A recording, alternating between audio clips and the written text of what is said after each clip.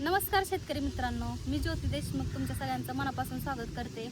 तर इथं आपलं बघा मक्याचा प्लॉट आहे. एक 10 गुंठ मका आहे इथं आपली.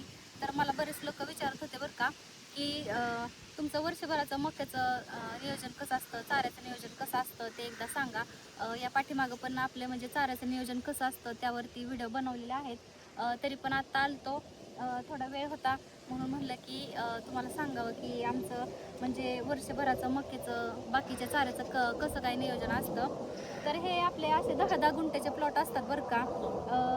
आपल्याला ना महिन्याला एक अर्धा एकर मका लागते आणि फक्त मकाच नसते तर मकासोबत मग ऊस असतो, कडवळ असतं, घास असतो, असं सगळं मिक्स करून आपण घालतो. तर आम्हाला शेती 4 एकर आहे आणि 4 एकर शेतीमध्ये आम्ही सगळा गायींसाठी चाराच करतो. कारण आपल्याला तेवढं लागतंच म्हणजे गायी आहेत आमच्या 23-24 गायी आहेत आणि त्यातल्या दुधाच्या गाया 14-15 कायम असते, त्यामुळे आटवलेल्या 2-3 असतात, अशा 17-18 गायी असते त्या आणि बाकी मग कालवडे असतात पाठीमागं अशा. आणि तर हे मका जे आहे ते आम्ही 10-10 गुंठ्याचे प्लॉट करतो. महिन्याला अर्धा एकर मका लागते आणि वर्षभराचं जर सांगायचं झालं तर वर्षभराची एक साधारण 6 एकर मका आपल्याला लागते. आम्ही मक्यासाठी नाही का 1.5 एकर रान ठेवलेलं आहे. असे 10-10 गुंठ्याचे प्लॉट केलेले आहेत. एक झालं की दुसरं आपलं पाठीमागं तयार असतं, दुसरं झालं की तिसरा प्लॉट तयार असतो की लगेच परत पाठीमागून आणखीन एक प्लॉट तयार असतो. तर अशी म्हणजे एक संपली की घरची आपली मका म्हणजे येते.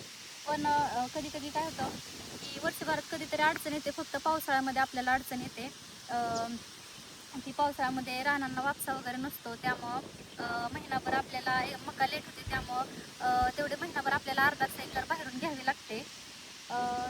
वर्षभराचं जर सांगायचं झालं ना तर एक आपले 3 महिन्यात मका येते घालायला. तर 3 महिन्यात असे 1.5 एकराचे सांगायचं झालं तर मग आपली 3 पिकं निघतात. मग असे 6 एकर मकाचं आपलं म्हणजे नियोजन असतं.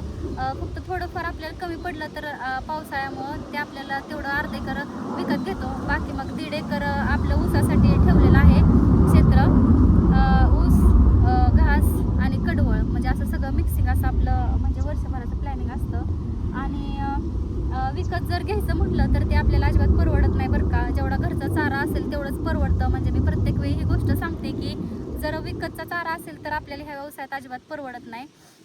पावसाळ्यामुळं ना एक महिनाभर मका लेट येते, त्यामुळं आम्हाला म्हणजे वर्षाकाठी तेवढा अर्धा एकर मका आम्हाला विकत घ्यावीच लागते. तर आता साधारण म्हणजे मक्याचं दर कसं असतं की साधारण 1200-1500 कधी 1700 पण असतात. पण एक सरासरी 1,500 जरी मका पकडली तरी आपल्याला अर्ध्या एकराचं महिन्याला 30,000 रुपये जातात. तर फक्त एवढं जे 30,000 आहेत तेवढंच आपलं चाऱ्यासाठी वर्षभरासाठी म्हणजे बाहेर जातात. बाकी सगळं आपलं घरचा चारा असतो, घरची मका सगळं असतं, त्यामुळंच खरं तर ह्या व्यवसायात परवडतं. आणि जेवढं तुम्हाला घरचा चारा करता येईल, जेवढी मका घरची जास्त करता येईल तेवढंच तुम्हाला हा व्यवसाय परवडणार आहे. आणि तुम्हाला या व्यवसायात उतरायचं आहे ना तर तुम्हाला शेती किती आहे आणि त्या शेतीमधून तुम्ही किती गायी सांभाळू शकता ह्या सगळ्याचं म्हणजे नियोजन करूनच उतरा. कारण तसं जर बघायला गेलं तर ह्या व्यवसायात ना मग आपलं कष्ट पण व्यवस्थित निघत नाहीत. कारण दुधाला भाव पण असा